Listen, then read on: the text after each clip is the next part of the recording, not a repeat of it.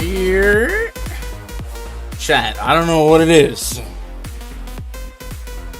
I flipped the switch and just like, oh, by the way, Gun, here's a bunch of news. So I'm like, what? Trying to catch up on, not catch up, but a bunch of big pieces of information just dropped in the last 8 minutes. So we'll try and process that, get you guys caught up, and then we'll dive into the waters of tonight's 9-game NBA DFS slate, man. I appreciate you guys that are already in chat. We already know more are on the way, man. You guys have trusted this week. Every stream this week has outdone the last one, setting new season highs. So, man, hopefully we keep that stretch going, man. What's up, chat? Happy Tuesday. It is, or Wednesday. Whoa. Happy Wednesday. It is December 1st, 2021, the final month of this year. Hopefully we finish it strong. There'll never be another first of the month in the year 2021. So let's get it, man. How we doing, chat? Look at you guys already in here. My boy Pinstripe Pimp says, "Yeah, let's see which NBA players I can jinx today." Yes, sir. What up, Adam Shockley? Pocket quarterback Lamar Jackson, Brian Anderson, Joseph C. What's up? Putto Jenkins, Mia Moore, Still in bed.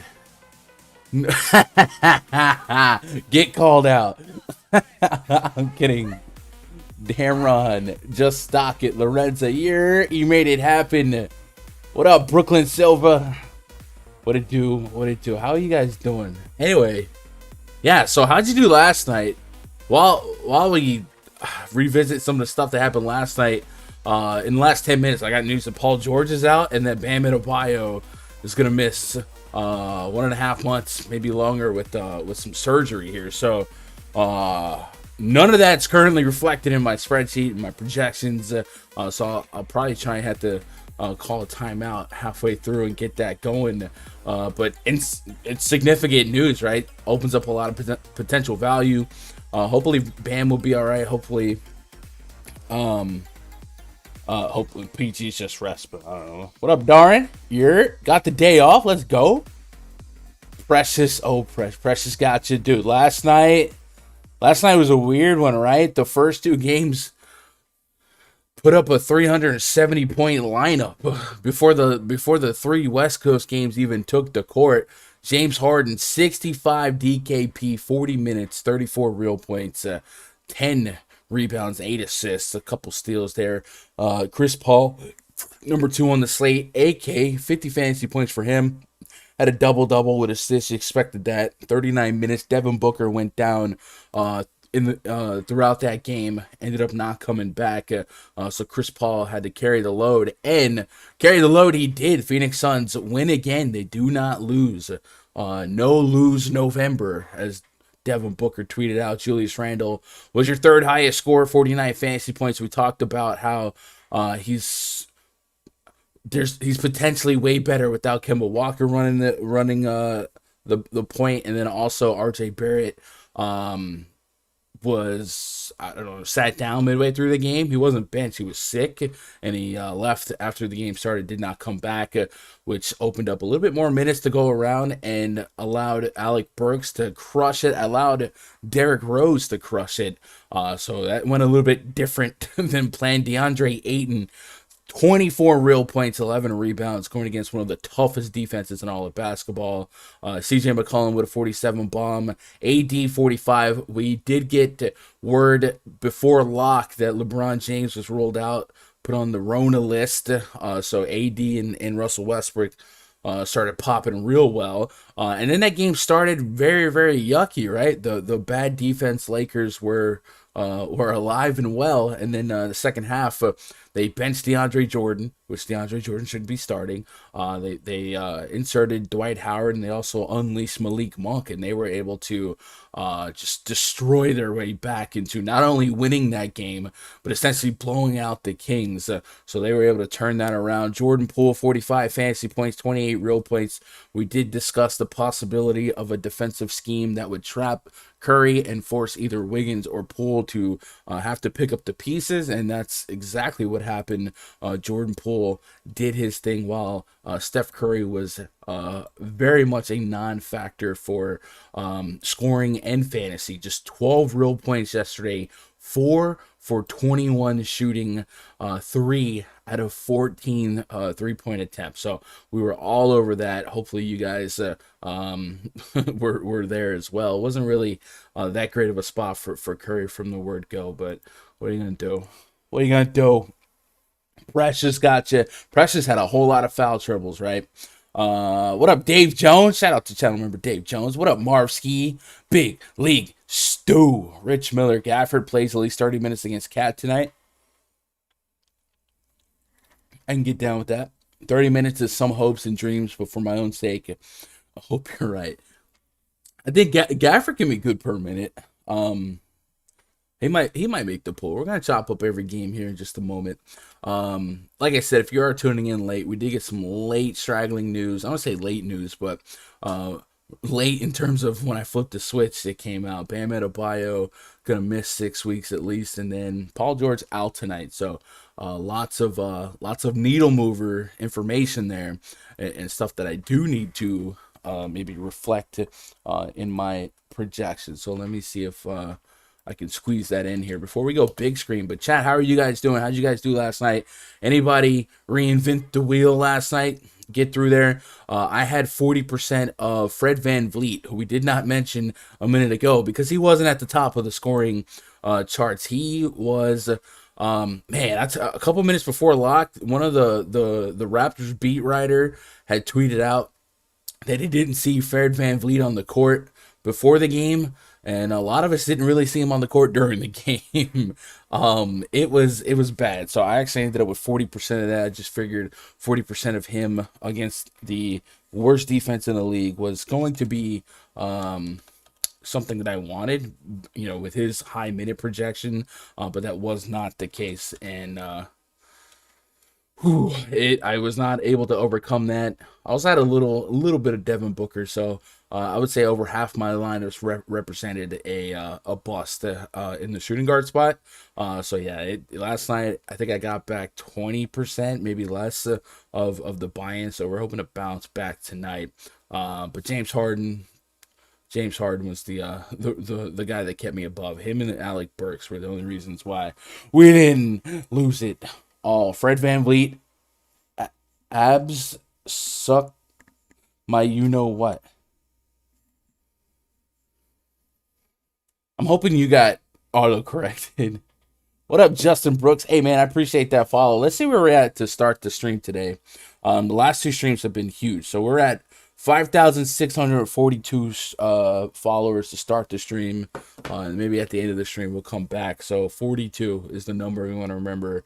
Yesterday, we had like 13 new subs. The day before, we had like 15 on the stream. So if you guys are out there, tell a friend to tell a friend, and then tell a friend to tell some more, man. I do have the tweet on my Twitter, twitter.com/Gundacker. If you guys want to show some love, share the good word of the Gundacker gaming channel. Justin says scores 365 on Fanduel in the big tour. Let's go. 365. I think that's easily better than my top lineup last night. I bet if I had a puppy, I wouldn't be sick right now. Oh my. Got me a $1,100 win on the SGP.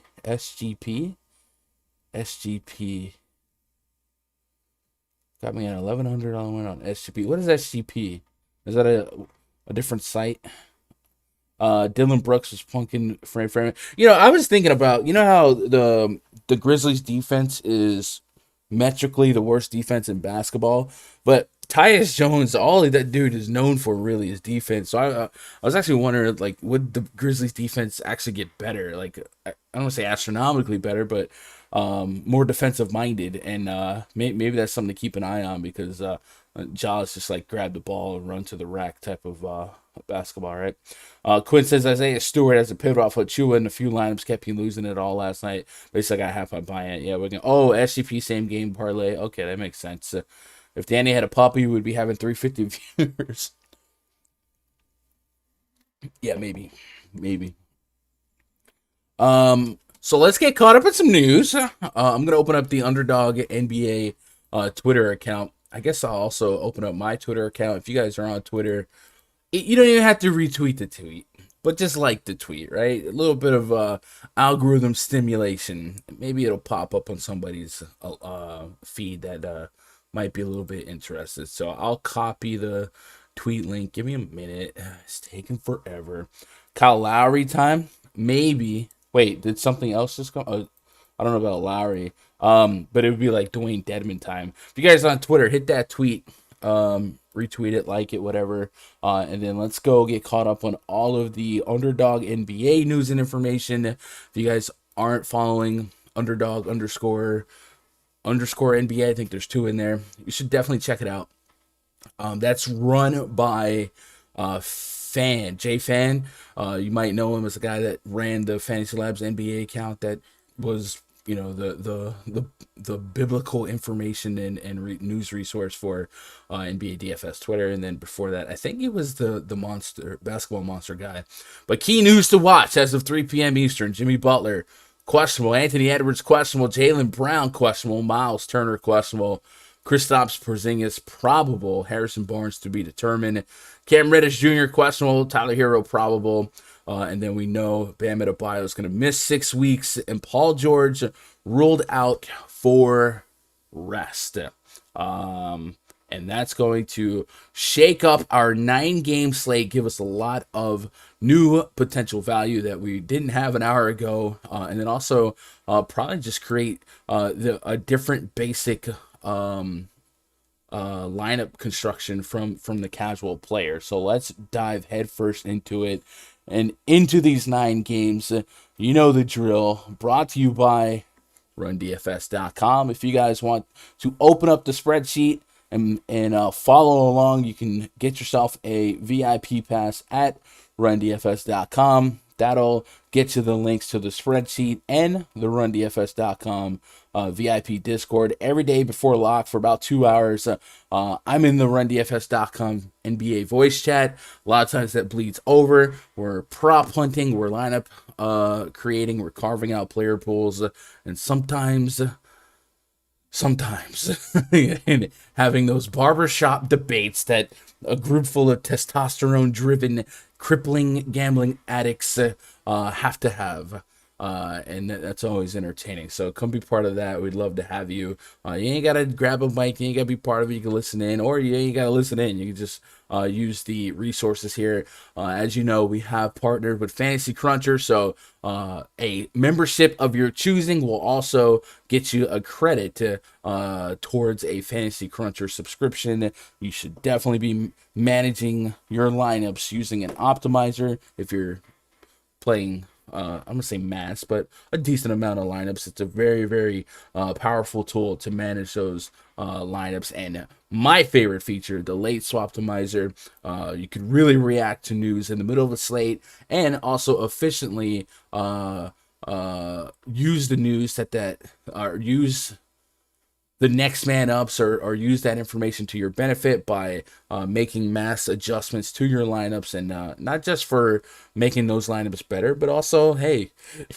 if you have some tank lineups and you don't think they're going to cash as is, and the best EV move you can make is to throw some home run shots in there just to give them a puncher's chance of getting there. You can late swap some of the chalkier guys out of those dead lineups and replace it with some of the more high upside, lower owned, but maybe lower floor plays. So lots of stuff you can do with an optimizer. If you guys got any process questions with an optimizer, when you get into the Discord, hit me up, man. I would be glad to chop it up with you.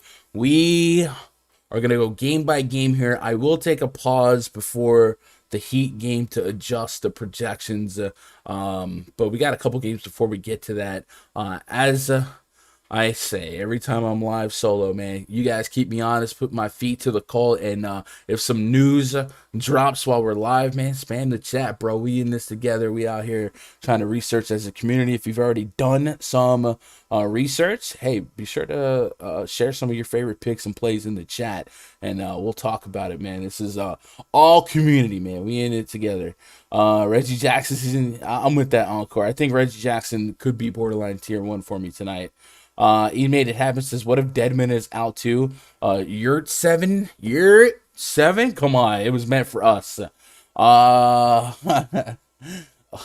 Anything. What up, Crispy? How you doing, bro?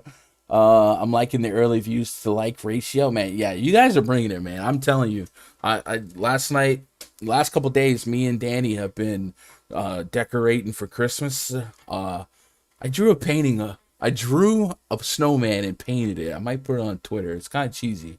But anyway, I was sitting there. I was like, man, I can't believe we had this many views and this many likes. It was really like stunning to me. So, and yeah, we told her, years back, you guys in the Camp DFS days when there wasn't that much content on YouTube for DFS.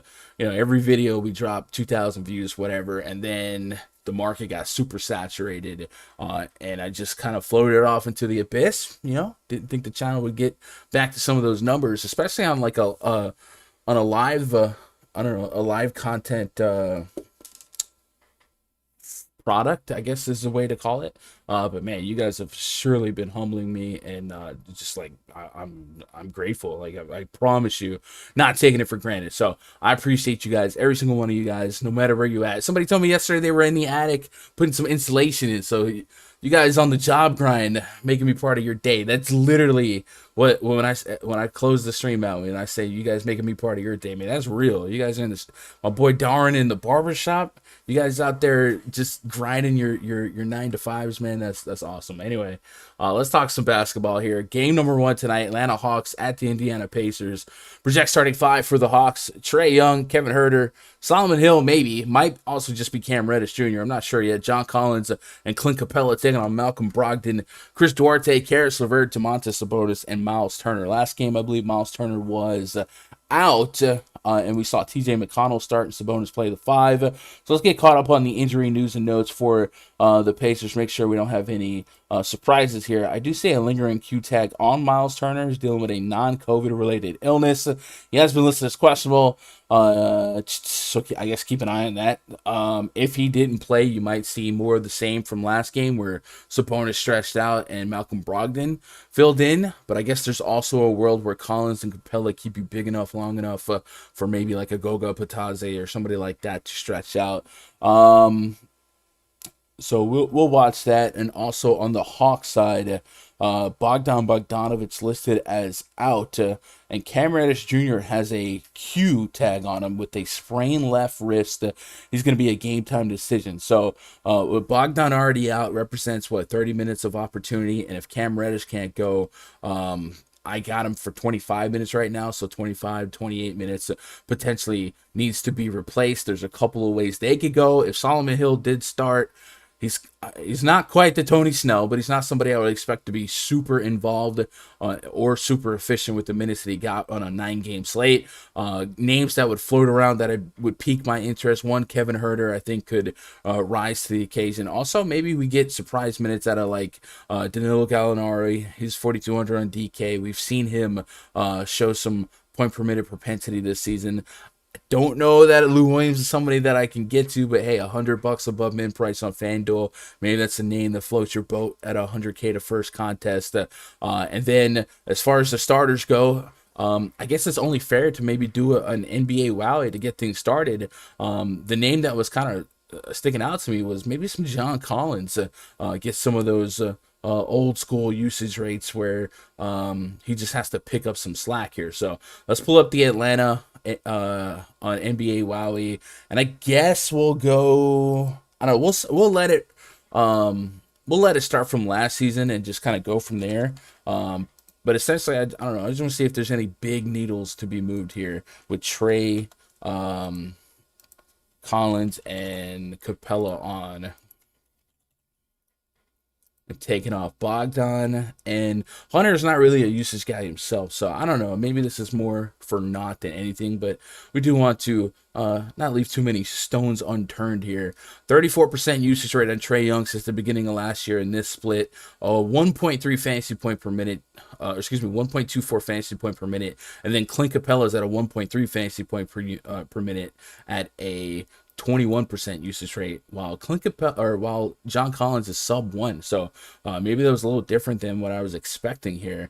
Kevin Huerter in this split, 0.8 fantasy point per minute with a 16% usage rate. So if we let those numbers do the talking, some Trae Young to Clint Capella handcuffs could be the wave. Clint Capella, 8,400 on Fanduel, 8,500 on DK. Looking for the north side of 40 plus. Has had some really, really big games as of late. I think a lot of the center spot today might just go to the Miami Heat punt option, and that's fair. But at the same time, center usually gives us some girth, right? 50 plus fantasy point potential. I don't want to just leave that on the floor for like a shot at 2025. So Clint Capella absolutely in the player pool for me. 54, 56 fantasy points, a 46 at San Antonio. And 46 isn't the end of the world. So against Indiana, if Indiana does have their two bigs, Sabonis and Turner, a bigger nod for them to stay big with the double big man unit, I think Clint Capella is absolutely in the mix for me. John Collins on DraftKings I can get to. Fanduel, I'll probably put him in the back end of a tier 3 where he falls. But Trae Young's the real question mark here. He's the guy I tend to never play more than 20% off. It's kind of a rule we got in the Discord, and that might be the way to go today. But if the cards fall in the right fashion, he might have a higher predictive value in minutes than usual. I got him at 36, and then 50 plus fantasy points, especially with the handcuff option to a center, could be positively correlated, lobbing to Clint Capella and getting double the points here. Do we have some run backs that we feel great with? Well, the biggest position for success against the Hawks has been the opposing point guard. Malcolm Brogdon is sub 8K on DK, 7,200 on Fanduel. My soft projections did bring back right at 40 plus fantasy points, so I would take that. Justin Holiday still out for the Pacers here, so I gotta expect the minutes to be pretty solid for Brogdon. If Duarte started and Miles Turner started, I would worry about the usage and the shot volume be pretty equally spread out, right? Every one of these guys can take over from a scoring standpoint, so it becomes a little bit more volatile to lean on one guy specifically, but just from a matchup standpoint, Brogdon does profile well. And then Sabonis on Fanduel at 8,500, almost $1,000 cheaper than his DK counterpoint or counterpart. So I'm a little bit more likely to land on some Sabonis on Fanduel than DK, but 50 plus fantasy points is not out of the realm of possibility, but on a 9-game slate, probably got to keep things tight. And Sabonis for me at 9.4 would probably be one of those spots I only get to if Turner was down from a DraftKings perspective. And then Turner's under 6K on DK. If he does get full run, he's ready to go. 30 plus fantasy points on both sides is my projection. So to get that at sub 6K is pretty lucrative. Do you guys have any strong leans on this one in particular or not? What up, EB? Yo, Gun, what DVP do you use? All of them seem to differ online from Line-Star and vice versa.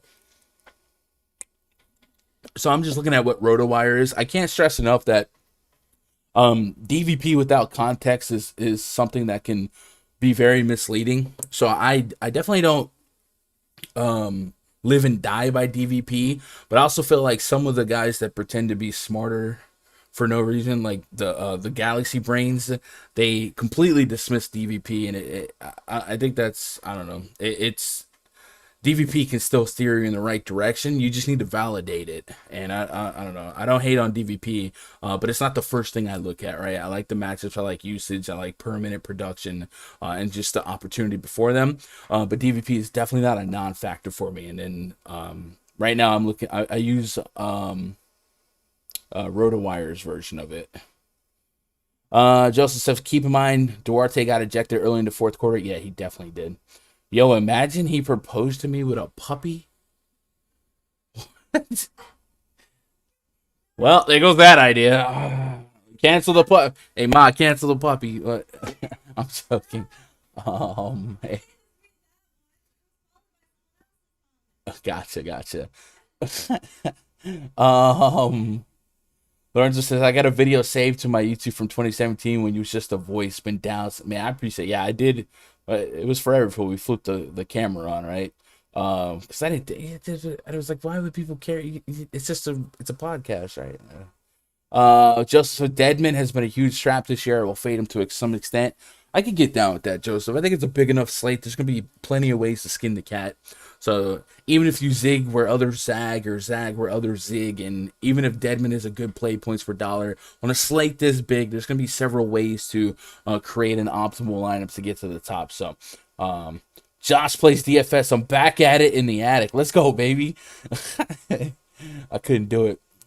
I just used it as a guide kind of reference point. Yeah, EB, that's I think that's a strong part. I think if you do use Line-Star, it's not a plug or for Line-Star. I'm not affiliated with it. I did reach out to them trying to get an affiliate deal, but they said they don't have nothing like that lined up. But if you do use Line-Star, their DVP, or you can get a little bit more context to their DVP because they actually have that last 5 players against it, right? So like, I don't know, if you face Giannis Antetokounmpo twice in 4 games, and then also, I don't know, Jokic or whatever, like, it's going to look like you're really bad against, like, big wing or big forwards and sometimes centers, stuff like that, versus where if you catch, I don't know, Daniel Gafford a few times, maybe not as strong. So DVP can definitely be heavily inflated by high usage positions after a couple stretch. You see that a lot with point guards. You catch Steph Curry, James Harden, Trae Young in a row, and then all of a sudden looks like you're the worst team in the league against point guards. And then, I don't know, Monte Morris comes knocking. Well, I'm not going to run on to play Monte Morris, right? Ash Breezy says, I don't think I'm playing any Charlotte tonight. All right, we'll chop that up. Let's get moving on to the next game here. Orlando Magic hosting the Denver Nuggets. Speaking of Monte Morris, project starting five for the Nuggets. Monte Morris, Will Barton, Aaron Gordon, Jeff Green, and Nikola Jokic taking on Cole Anthony, Gary Harris, Franz Wagner, Wendell Carter Jr., and Mo Bamba. He's got hose calling. Jalen Suggs is down for the count. So one step forward, one step backward, or one step backward, one step forward, however you want to look at it. But in his absence is the return of Cole Anthony. And this is actually kind of a unique spot, in my opinion, for Cole Anthony, especially if you let DVP tell it. If you guys want some correlation in your lineups, one of the things I was thinking about here is earlier this season, we saw several games where Cole Anthony was a baby DeJounte Murray, right? Meaning he wouldn't garner any ownership, and there would be some big games, 50, 60 fantasy points. Would there be some fun lineups out here that make sense, correlated, and even more so now with no Jalen Suggs, that could feature Cole Anthony versus Nikola Jokic and just kind of fill in the gap here? And I also think that, that's, we just talked about DVP, that's where the DVP would kind of push you as well. So without Jalen Suggs, Cole Anthony has to kind of do a little bit of everything. And in most of those Magic games where they are competitive, when Cole Anthony was active, it was because he was having big games here. So I think I will not have 0% Cole Anthony tonight. I will introduce him into my player pool, probably as a high tier 3, and go from there. And then maybe I'll correlate it with Jokic here, because the Magic, as much of a great bad team as they are very non-competitive, and they have a high likelihood of getting smoked here. And if they do get smoked by the Nuggets, you do worry about their propensity to maybe not get the full allotment of minutes for our starters. The Magic have the worst net rating in all of basketball. So would it be an even stronger correlation for that game to stay close if Cole Anthony was having a good game? And do I run back? Maybe I don't need to run back Jokic or run back Cole Anthony to lineups with Jokic, but maybe lineups that had Cole Anthony run back with Jokic, you know what I'm saying? Something to maybe teeter-totter to correlate that. But yeah, Orlando Magic offensively, one of the worst teams in all of basketball, if not the worst team. So there is a lot of risk, but I do think the Denver Nuggets on the road, and the fact that this game will probably be a down in pace game, maybe it doesn't get too far away too quickly. In my soft projections, when I filled out, and this is pre-Paul George, pre-Bam Adebayo news, Jokic came in as my top raw point scorer on the day, 59 DKP, 62.8 Fanduel points. So I do want a healthy heaping of the guy I got projected to be the most raw points on the slate. Probably wouldn't core him or tier 1 him, but I can't go without some exposure to him. And he's been down there in Florida for a bit. Just had that Miami game, so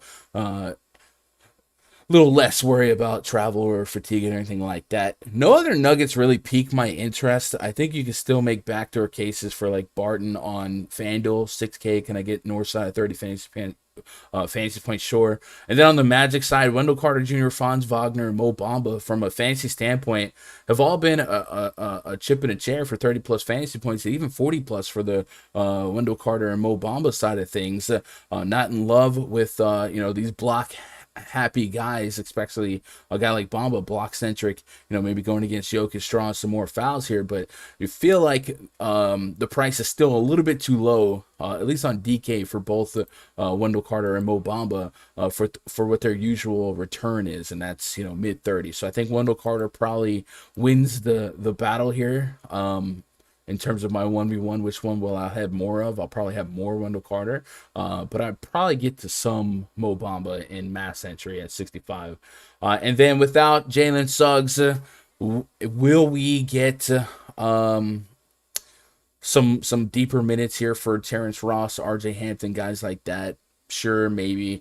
T. Ross is getting dangerously cheap, so if he had one of those stints of 20, 25 minutes where he just started chucking, sure. And then also, if you thought this game could get a little lopsided, and full fourth quarter mop up duties for RJ Hampton to get there at 3,600 is something that we've seen be done in the Magic's last 5-6 games. So maybe something to put in there. But as I always say, usually when I was getting to Hampton during the Jalen Suggs point guard stretch, I was specifically stating with my rules that Hampton would not be in lineups with Suggs, and I probably do something similar here, unless they do something different today where they think they need some more scoring out of their guards. But it seems like Hampton is not the front end of the bench, but rather mop-up duty with some small bursts in the rotation. So that's how I do that. You guys got any hot takes here? I think it's just Jokic and Cole Anthony and a little Wendell Carter if I was making a player pool for 50 or less, 20 or less, right? Getting caught up on chat. Giddey just got ruled out. Dude, I got to turn these Slack noties off. Josh Giddey, Mike Muscala out. Darius Baisley questionable. My goodness. Gary Harris revenge. All right. Yeah, it is technically, sure. I can get behind that. Man, we are getting a lot of news for this slate, huh? Giddey, for me, is a little bit more impactful than Muscala, but Muscala is at least interesting because we already know that Derek Favors is out. So maybe it raises the potential floor of minutes for Jeremiah Robinson Earl, and I think that's what we saw last game. But if you also take out Darius Baisley, man, that might, I don't know, that might really push his numbers up. And then not only now do we have potentially Dwayne Dedman or Yurtseven, but maybe we would get to some Jeremiah Robinson Earl at a higher clip. Interesting. This slate is insane in the membrane. Josh, Gary here, the Dortonator time, like some Lou Dort in the absence of Giddey. I don't mind that. Harris isn't good enough for a revenge game. I think Harris is like a good real life player, a decent defender, but yeah, from a fantasy standpoint, like I wouldn't get too lost in the narrative because it's not really, I don't know, I don't really expect him to take over that game, right? But it is fun. T-Wolves at the Wizards. Next game on the docket, projects 35 for the T-Wolves. D'Angelo Russell crossing over with Anthony Edwards. Taron Prince, Jared Vanderbilt, and Karl Anthony Towns, the big cat. Ernie Ladd taking on Spencer Dinwiddie, Bradley Beal, Contavious Caldwell-Pope, Kyle Kuzma, and Daniel Gafford. 216.5 is our total. 4.5 point spread in favor of the home team, Washington Wizards. The Minnesota Timberwolves could also hit us with a little bit of a pipe bomb. Anthony Edwards listed as questionable with an illness. So if he ends up not playing, we do get to isolate a lot of usage on D'Angelo Russell and Karl Anthony Towns, and they're both relatively cheap to what their floor to ceiling ratio already is, but what it would be even more so in the potential absence of Anthony Edwards. And then, of course, remember Patrick Beverley's still down. And they also have a couple other floating Q tags, Jared Vanderbilt, Noel McDaniels. So we might be able to really point at D-Russ for deep minutes. Same with Karl Anthony Towns. And you don't really fill in the gap, but a lot of big usage guys. There's guys like Malik Beasley that could pop per points per dollar. Josh Okogie, we've seen him kind of troll us in the past, but I do think this would be a really, really interesting spot for D-Russ and Cat. And then, we'd have to see where the line is at, but there's plenty of meat on the bone, I think, at these price points, almost as is, like if they all played right now, and then just that much more of a potential boost to their floor projection and to their ceiling. Right now, I got Cat sub 9K on Fanduel with a near 50 fantasy point projection, and then D-Russ over 40 fantasy points on both sites. I don't know if you guys have seen some of these stats floating around in terms of clutch scoring this season, but D-Russ has been one of the better clutch scoring guys in the league, and then the T-Wolves have been kind of stunning some teams lately, and maybe overperforming to their expectations. So something to keep an eye on. But D-Russ, Cat, definitely somebody we can put in our back pocket. Spencer Dinwiddie down to the 6K area, and I think that's a reasonable spot for him. I didn't never really get too much 7K Dinwiddie unless Bradley Beal was out. But at the 6K range, you definitely have that chip in a chair potential for 30 plus fantasy points. Bradley Beal does seem expendable at this price point based on their schematics this season. How often is he going to break a 9-game slate at this price point? Probably not that often. And then Kyle Kuzma also in the mix at 64-62. You do see 30 plus fantasy points as a potential range outcome there. And then I saw you guys hype up Daniel Gafford earlier. I only gave him 23 minutes, and the projection really was decent. And I think the real beef on the projection is on his Fanduel fantasy point projection. There's like a 4-point discrepancy, and that's because he is such a high block guy. And if we look at the Minnesota Timberwolves, they're allowing 5.4 blocks per game. I would imagine that's top 5. I think there's a couple teams allowing around 6, but that's still enough potential. And I think maybe a lot of that is Anthony Edwards driving to the rack, so maybe it would be counterintuitive. But blocks allowed per game, Minnesota is top 10. They're right behind. They're tied with Charlotte and Sacramento in terms of blocks allowed. So that's what the algorithm is seeing for Daniel Gafford. And if you think 23 minutes is too light and you can elongate that projection, yeah, I'm with that. And then the same argument for Montrezl Harrell. I do like bigs against the T-Wolves. They are not the best defensive rebounding team. 72.4% defensive rebound rate. If we look at the RunDFS.com NBA VIP spreadsheet and go to team metrics chart and check out worst defensive rebound rate to best, that Minnesota is the worst defensive rebounding team in the league. And then just putting this out there. Matter of fact, I don't need to do all that. Let's just go look to the index portal. We already know that Patrick Beverley's a sneaky rebounder, but so is Anthony Edwards. He's averaging almost 7 rebounds a game. And Jared Vanderbilt's questionable. So they might be really, really back against the wall in terms of the rebound battle here. They could be losing. They could be without 3 of their best rebounders. Cat would have to really pick up some slack there in that department. So something to keep in mind. And then maybe something to put in your, if you're chasing some rebound props on PrizePicks, maybe something to look at. And then Kyle Kuzma has had some what feels like outlier performances for big rebound games, but maybe this is another one of those big rebound games based on the propensity of this matchup to be extra soft. 10 rebounds, OKC, 13, 11, and then we remember the Raptors game earlier this season where he had a ridiculous amount of rebounds. So it's not crazy for Kyle Kuzma to get to a double-digit rebound game and maybe a double-digit or maybe a double-double, and even more of a DraftKings boost if that happens, right? Just out of curiosity, I'm going to go check out PrizePicks here and go look at the rebound props and see if they had one for Kuzma to see what they might have. They have him at 8. So that is kind of high, but it's understandable. He's averaging 9 on the season, so I don't know. Might be a bigger boost for Kuzma the more we think about it. Let's get caught up on chat, see what you guys got before we move on to the next one. What up, Darnell Langiven? I don't think I've seen that name anymore. Welcome to the channel. SGA season, I can get behind that. Peep that Roby out of 6X out of nowhere. Isaiah Roby. Trey Man's plug, I can get behind that. I hope Miles Turner misses again. I'm going to go right back to Sabonis. I'll also say maybe PJ McConnell's a boost for Sabonis since he's a little less of a shooter. And he did start that last game. Which some of us had Goga Patadze starting that game. So if Duarte started, he's more of a shot taker and might be a step backwards, at least in the scoring upside of a guy like Sabonis. What else we got? Cat has been a major letdown for a while. I don't know. I heard the same about like Siakam yesterday, right?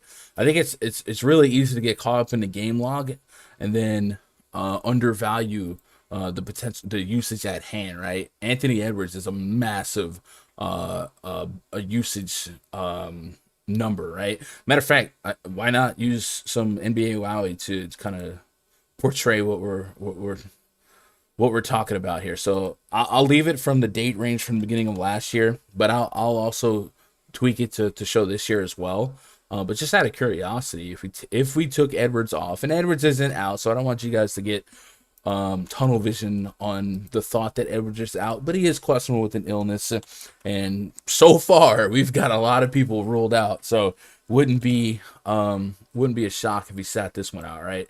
But just out of curiosity, so we can be prepared if he does get ruled out, if we put D. Russ and Cat on the court, we took out Beverly, Edwards. The first data range that we're going to do is from the beginning of last year. It's only 165 minutes of sample size, but Cat has a 1.42 fantasy point per minute. That's crazy. That's really, really good. It's probably not a deep enough sample size to feel great about it, but the usage rate, we feel like that's right. It's going to be in the high 20s no matter what. And then if we push that forward to this year, oh my gosh, I done went to 2027. Holy. Let's start with October 19th was opening night, right? So we'll do October 19th.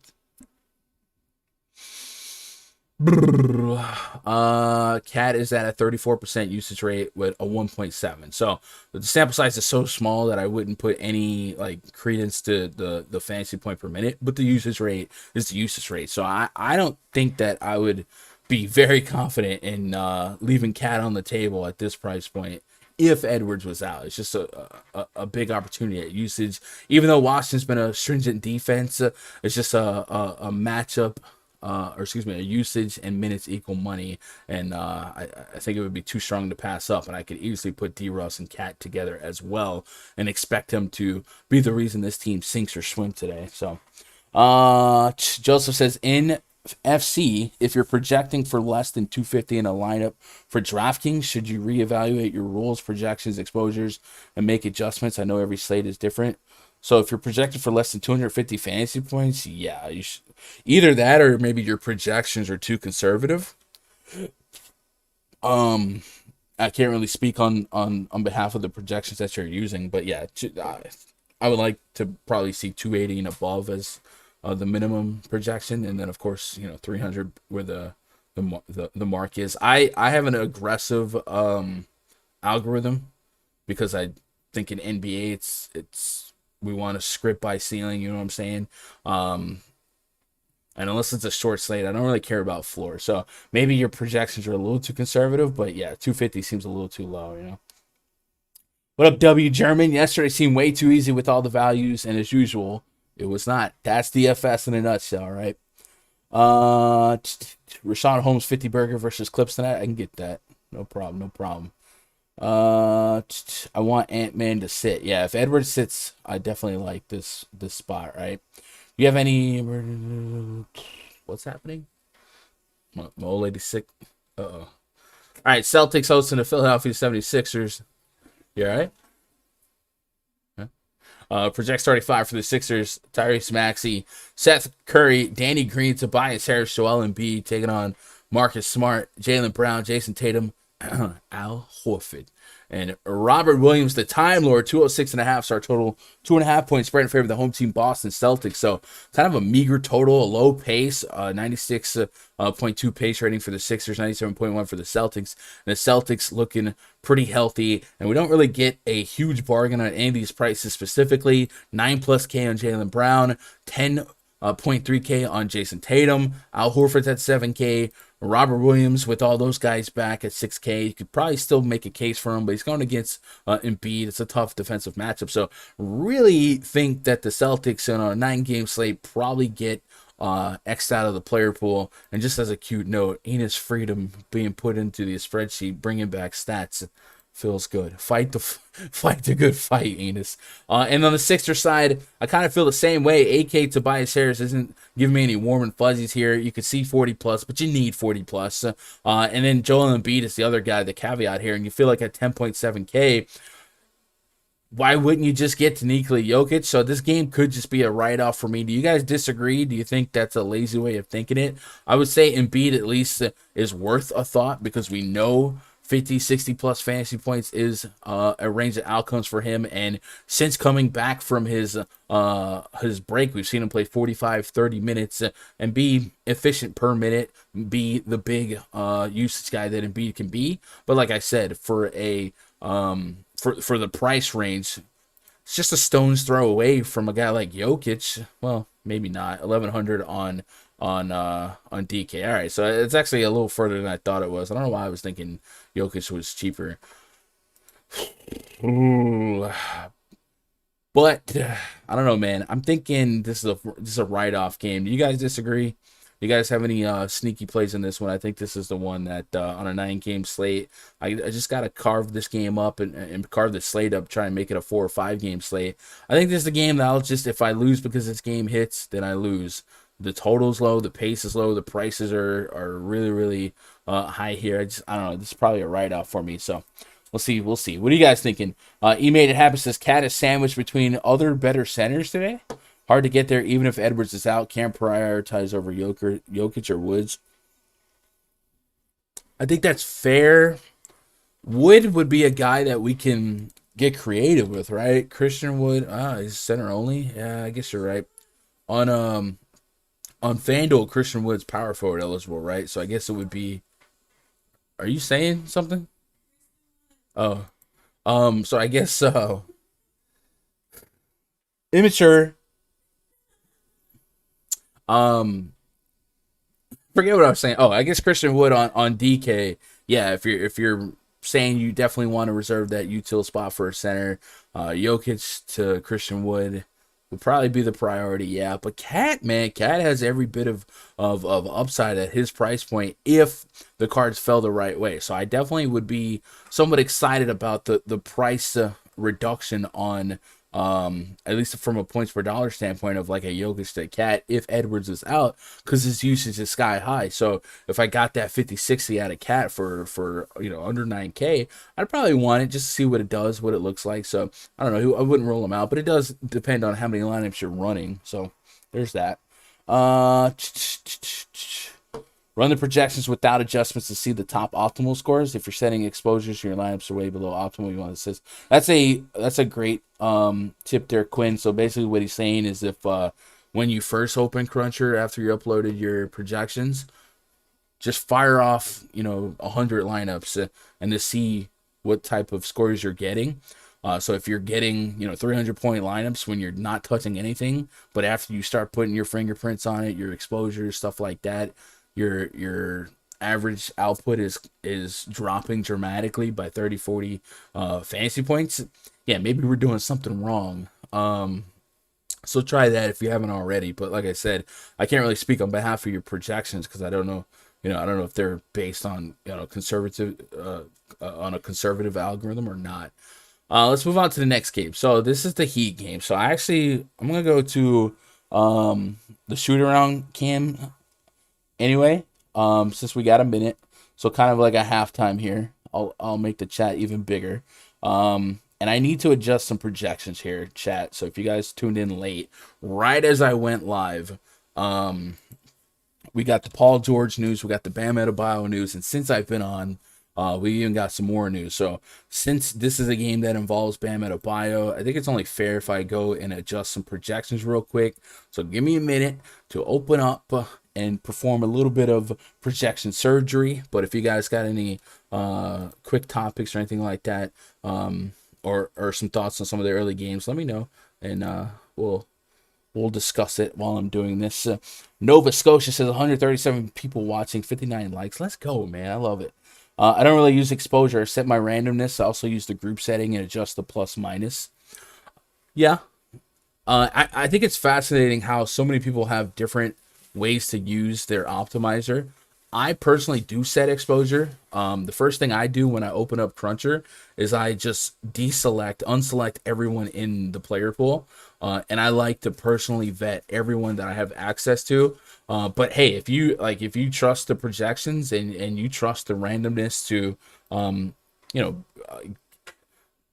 get you enough exposure to everything without having 90% of somebody, that's a fine way to approach it. I know a lot of people in the industry that do it that way. I'm a little bit more hands-on with the player pool, so I guess that makes me a little bit different, but like I said, it's fascinating how so many people can have different approaches to how they use their optimizer and their projections.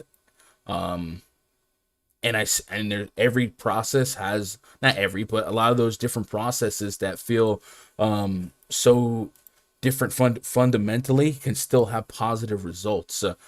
So the adage "trust the process" is something that reigns true, because every process, if it's smart, will have its day. So for me, like I said, I like to hand vet everybody, but that's not the only way to do it. Let's bring the chat box back down, since we're back on the small screen, and boom. Does Run DFS have an optimizer and cruncher? No, I don't have an optimizer. I would not want to give myself a headache of having to support that, but we do have a partnership and integration with Fantasy Cruncher. So if you guys are in the RunDFS.com Discord or have optimizer questions that are specifically based on Cruncher, since that's what I use, I can answer it from my standpoint. But Fantasy Cruncher also has a Discord that you guys can get in and maybe pop some questions at the community, right? Gallinari sounds sneaky without Bogdan. I like Gallinari. I think Gallinari 20-25 minutes. If Cam Reddish Jr. got ruled out, I like that call even more. Let's go home. Let's go home. Let's go, baby.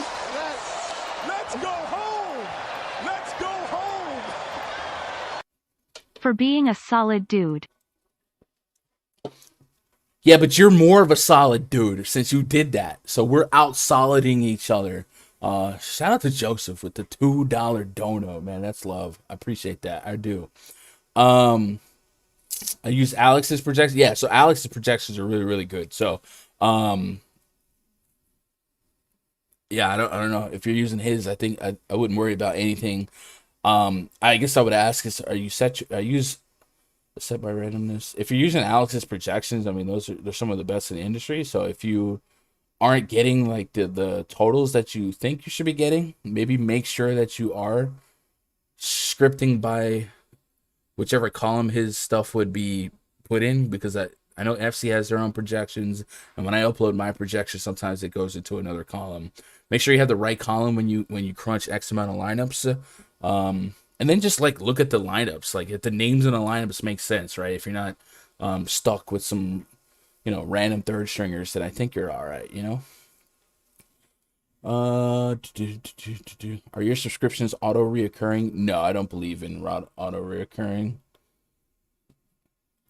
I don't believe in it.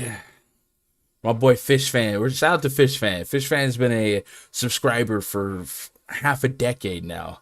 Year pass. He's the reason we made the year pass. He told me that the reason he first subscribed is because I don't do reoccurring subscriptions, and I was like, okay, but I get. I mean, like, I don't know. I don't like to surprise people, so it is one of those things where your stuff runs out, the bot kicks you out the Discord, and when you come back, you come back. But no, we don't reoccur it, but we also don't pause it, right? It's not Netflix. Where are we? All right, Miami Heat hosting the Cavs. Next game on the docket. Project starting five for the Cavs: Darius Garland, Isaac Okoro, Larry Markkinen, Evan Mobley, Jared Allen taking on Kyle. Let's go home. Man.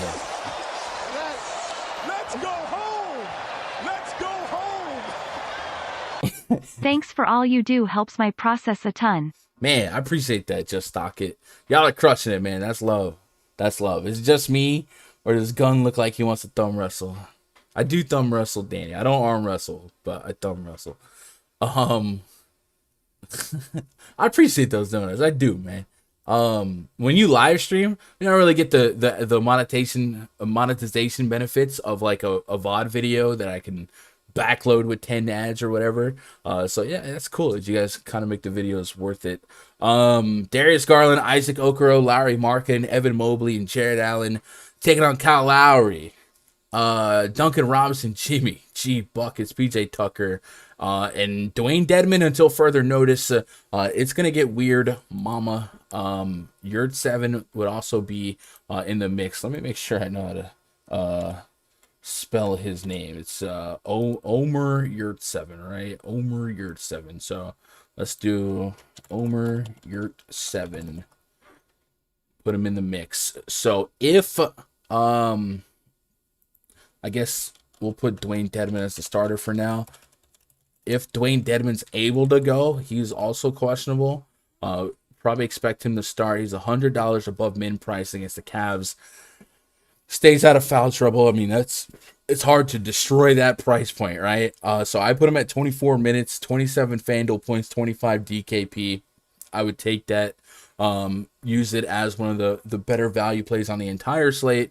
And if he didn't play, then it gets even weirder because they have a couple of ranges of outcomes. Historically, in the last couple of seasons, we have seen PJ Tucker play a small ball center for like Houston.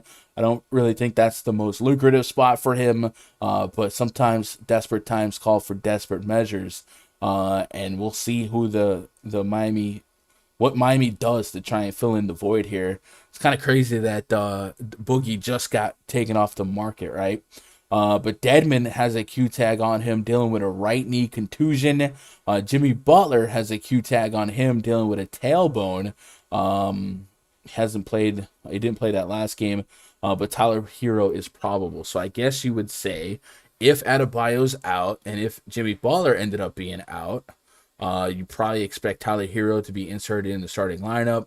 He would be one of the more sought-after guys, 7K, 7,200, 40-plus fantasy points in the range of outcomes for him. 6,800 on FanDuel for Kyle Lowry feels a little bit light. If Jimmy Butler did play at 9.2, 9.3, you wonder what that does for the scheme of the slate. Like, you probably need 50-plus fantasy points to feel like you're getting a good deal. And even then, is it that much of a priority? So the Heat team become a big headache. And the other thing is Bam Adebayo is one of the best center defenders in all of basketball. And, again, DVP without context is wishy-washy. But Miami is bottom 2 in fantasy points allowed to opposing centers. So there may be some projection models that don't account or compensate for the absence of Adebayo. And maybe Jared Allen rises to the occasion here. Big minute projection on him. I got him leading the Cavs in minutes point blank period. So maybe it's a stronger matchup than the perception for opposing centers for the foreseeable future, especially if they have to go really, really small in that front court. So something to keep an eye on. I guess while we're here, we might as well open up the Wowie and just kind of see what Miami's looking like in potential life without Adebayo. I don't know that we have the time to really play with all the different scenarios because there's never going to be a deep enough sample size here. But let's just take Adebayo off the court and put Lowry on the court.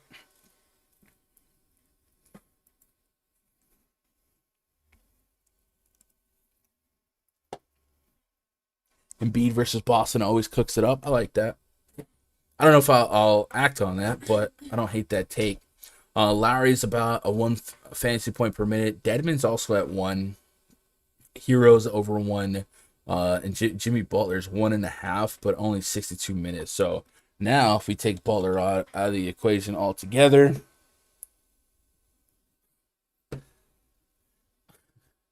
sometimes you'll get your phone and you just see something random.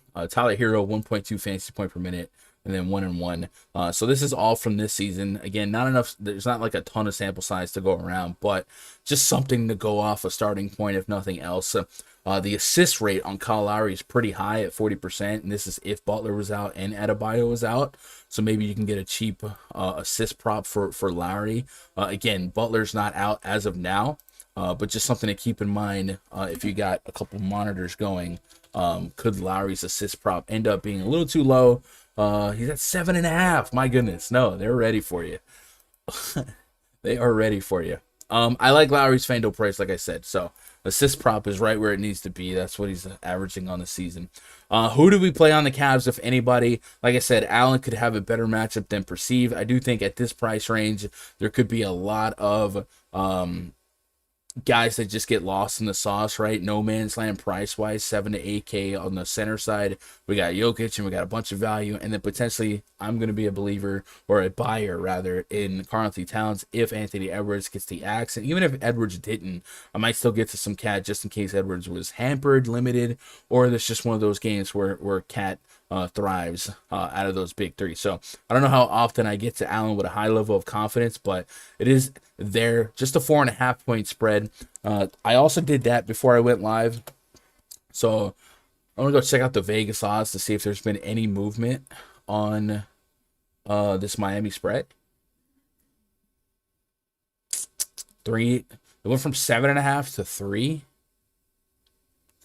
So maybe somebody, maybe the Adebayo news was known by the sharps here, but that's a big drop. So I also think, like I said, their defensive rating probably takes a hit here. Would you guys get to any of these Cavs with any confidence? I think Ricky Rubio still got some meat on the bone at 6K. If you thought 29, 30 minutes could be there for him, I probably would get to some of that. I don't have a ton of warm and fuzzies here all the way around. I guess if Jimmy Butler was out, Larry Markin and 30-plus fantasy points is a range of outcome as well, especially if Jetty Osman, Dean Wade continue to be out like they were last game. Probably deeper minutes implied for Markin. So I guess they would like be thoughts in the chase for like 100K match-filled tournaments.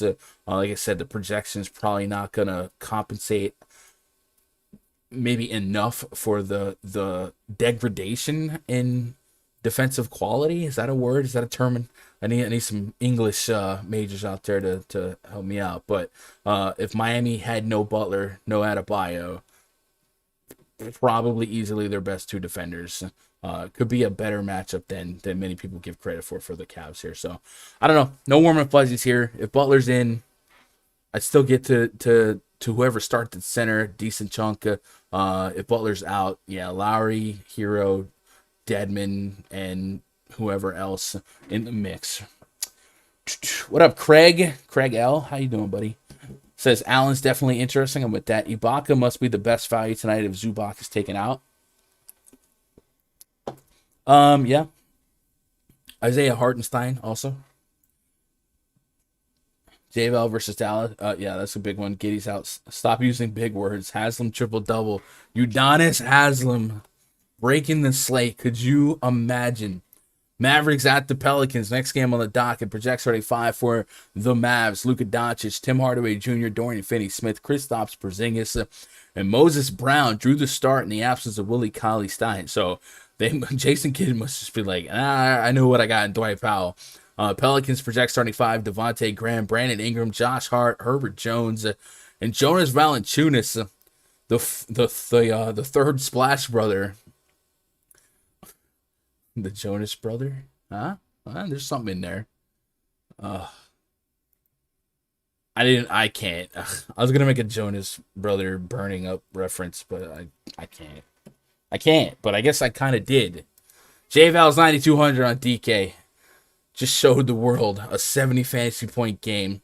40 to 50 plus fantasy points is not out of the usual realistic range of outcomes for him. He went nuclear from behind the arc, 7 for 8. Usually you expect 3 to 4 per game from him. Sometimes he'll get extra hot. That's 2 games now that he's gone bonkers against the Clippers from behind the arc. But the rebounds are something that we know can exist for him, and then the real points, 20 plus real points isn't necessarily an outlier for him.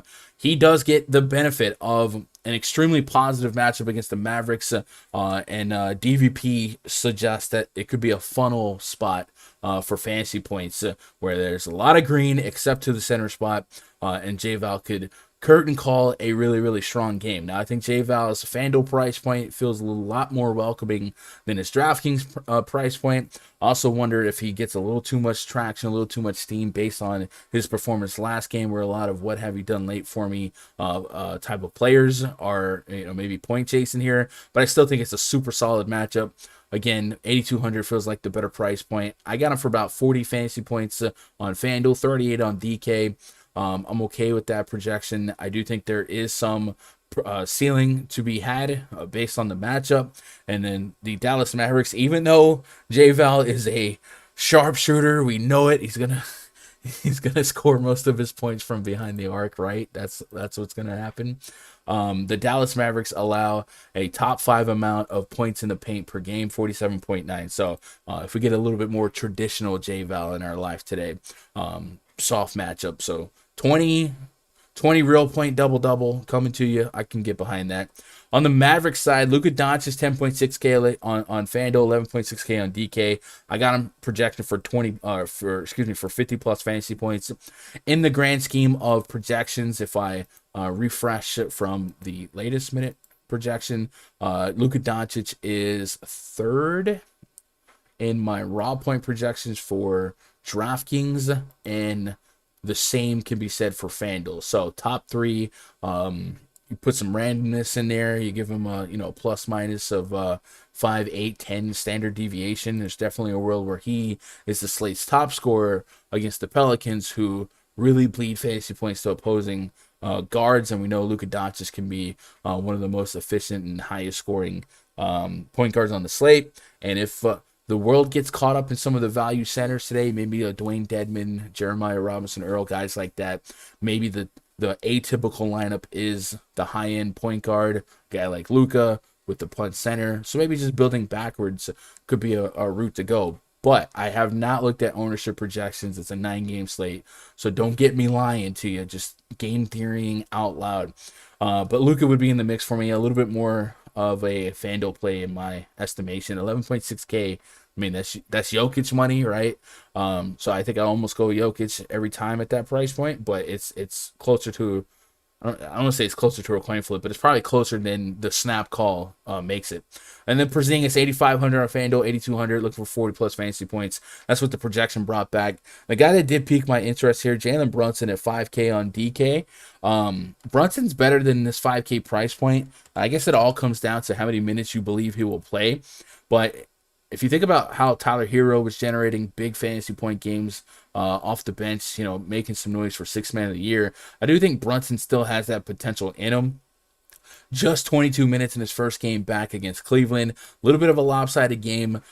If you got that 22 closer to 28 minutes projection, we have seen him really, really thrive at that price point. So would be in the player pool for big entry, not short entry. Maybe not less than 20 lineups, but in big entry, going against a team like the Pelicans, can absolutely get behind it. I probably would expect about a point per minute. So based on what your minute projection would be probably where we lean him at. And then Maxi Kleber did not start that last game, but him being back in the mix, we probably expect him, other than Porzingis, to kind of lead all those bigs in terms of minutes played.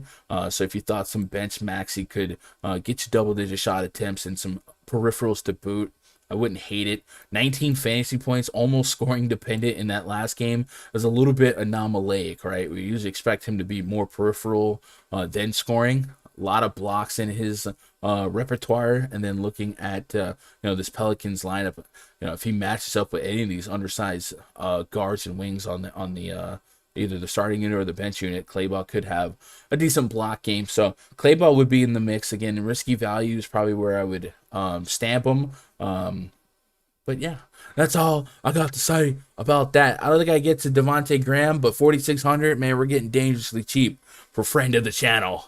Brandon Ingram sub 8K on both sides. Could we get 40 plus with a high level of confidence? Probably not the median projection. It's definitely not the median projection. And then Josh Hart is interesting. I still get about a 30 fantasy point projection based on 31 minutes of minutes projected, and a sub 6K. If you're not going to do a 30, yeah, I think you should be in the mix at that area.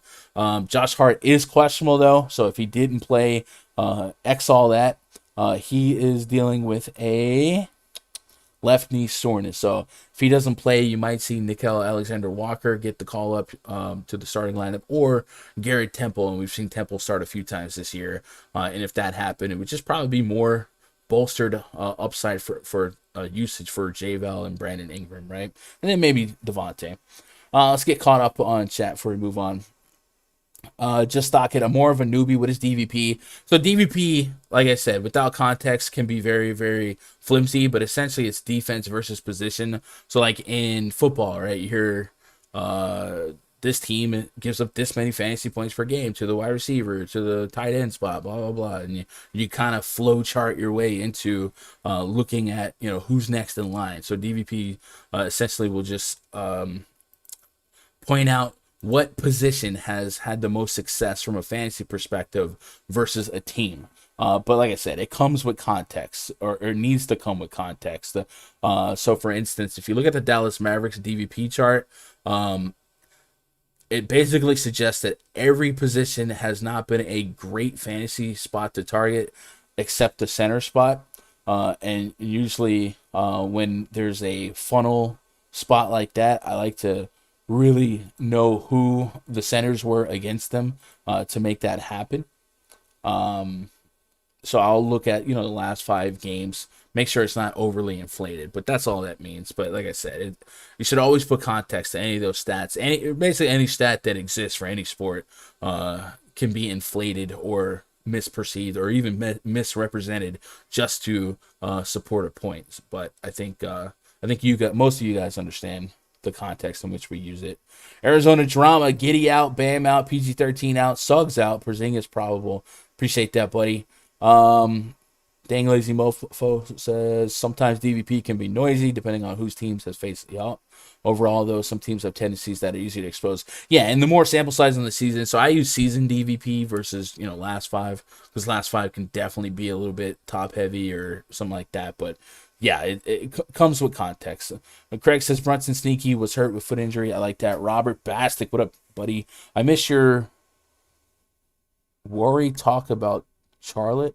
Oh, I don't think we've done Charlotte's next. But LaMelo or Luka tonight? That's a good one. Probably Luka. Just feel like there's more outs for LaMelo to not have a ceiling game than Luka. You know what I mean? Like Terry Rozier could pop off, Hayward could pop off, Bridges, Ubray could go nuclear from the bench. With Luka, you feel like the Mavs are going to sink or swim more often based on him, and Luka rarely will ever get benched, right? So in a 1v1, probably Luka, but that's not a knock on LaMelo. It's just a specific 1v1 for there. Makes sense. Typically, we put usage, minutes, and points per dollar before we get to that. Yes, I agree with that. Just stock it. My flu game tonight got 103 fever. Going to take down a tournament. Brandon, man. I hope you get better, dude. It's going around, right? There's a lot of people we know in the league that are dealing with sicknesses, but it is that time of the year. So as the temperatures change, man, you guys stay strong out there. Make sure your medicine cabinets are stocked. My old lady's dealing with it too. Is this the first time Aaron Gordon is going back to Orlando? I would think not, but we can look that up. Didn't we just get that from Tobias Harris, right? Holmes versus Clippers and Allen versus Miami with no Bam. I can get behind that. So what was it? Aaron Gordon, BKP by game log versus Magic. Let's go the last 10 games. Let's see what pops up. I feel like it wouldn't be, but maybe it's the first time with a crowd. Denver versus Orlando. I think that game was in Denver, so maybe it is the first game back in Orlando. That's actually an interesting point if you are into narratives. Narratives potentially more flimsy than DVP, but Gordon, much like Tobias, did spend some time there. Nikola Vucevic, right? So when guys that were part of a team for so long do go back, maybe they play with a little extra pep in their step. Charlotte Hornets at the Milwaukee Bucks. Project 35 for the Hornets. LaMelo Ball, Terry Rozier, Gordon Hayward, Miles Bridges, Nick Richards, maybe. Could be PJ Washington, but Richards threw the start. Last game, taking on Drew Holiday, Grayson Allen, Chris Middleton, Giannis Antetokounmpo, and Bobby Portis. A 230.5 total. 8.5 point spread in favor of the home team, world champion Milwaukee Bucks. Let's go check out the team metrics tab in the RunDFS.com VIP spreadsheet. Have a little bit of fun with these numbers. The Charlotte Hornets running at the 3rd fastest pace in basketball. The Milwaukee, the 5th fastest pace. So metrically speaking, this is the likely fastest pace game on the entire slate.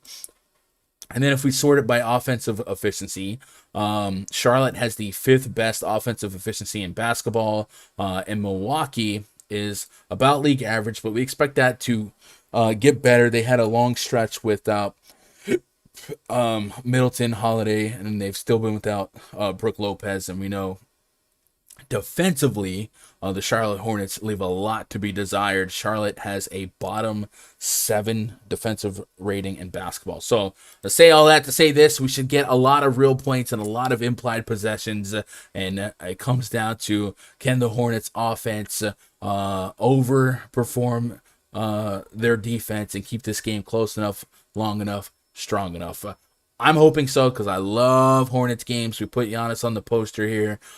He has every opportunity to be one of the highest scoring players on the slate. You probably expect him to be top 3 in a competitive game, if not top 1, and him versus Nikola Jokic becomes a very interesting 1v1.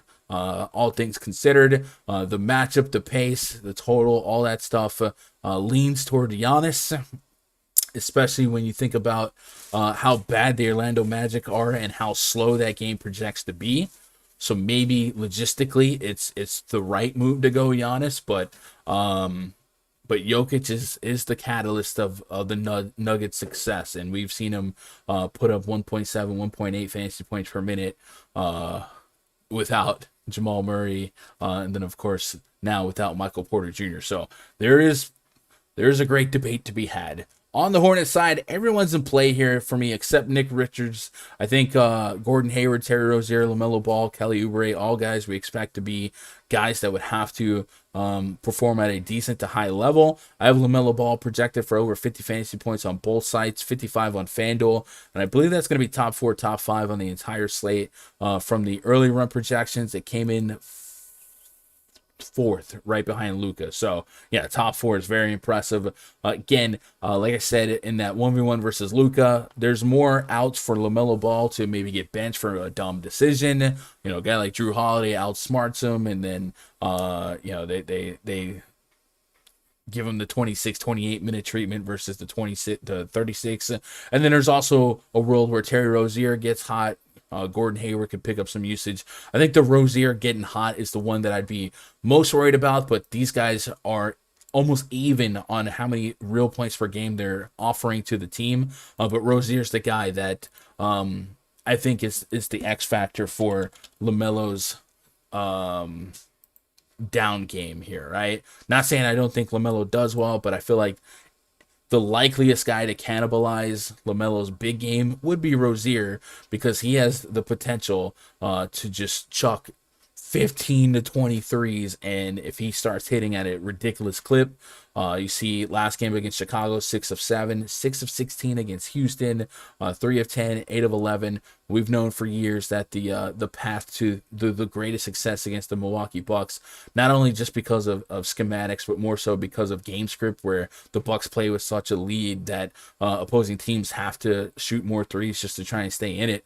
That could be the world where Terry Rozier thrives in, and we get 30 plus real points. So I think Rozier at 7,200, uncomfortable click, but in this matchup I understand it. And then Melo will have to benefit from the assists to Rozier, the peripherals that could fall his way. I think what I typically do with the Hornets, I've told you guys, is I'll put the 3 main usage guys in terms of wings and guards, Hayward, Rozier, and Ball, in a group, and I'll try and I'll set a rule to not have more than 2 of these 3, and I'll just let the projection stagger accordingly. That's probably how I'll approach this game as well.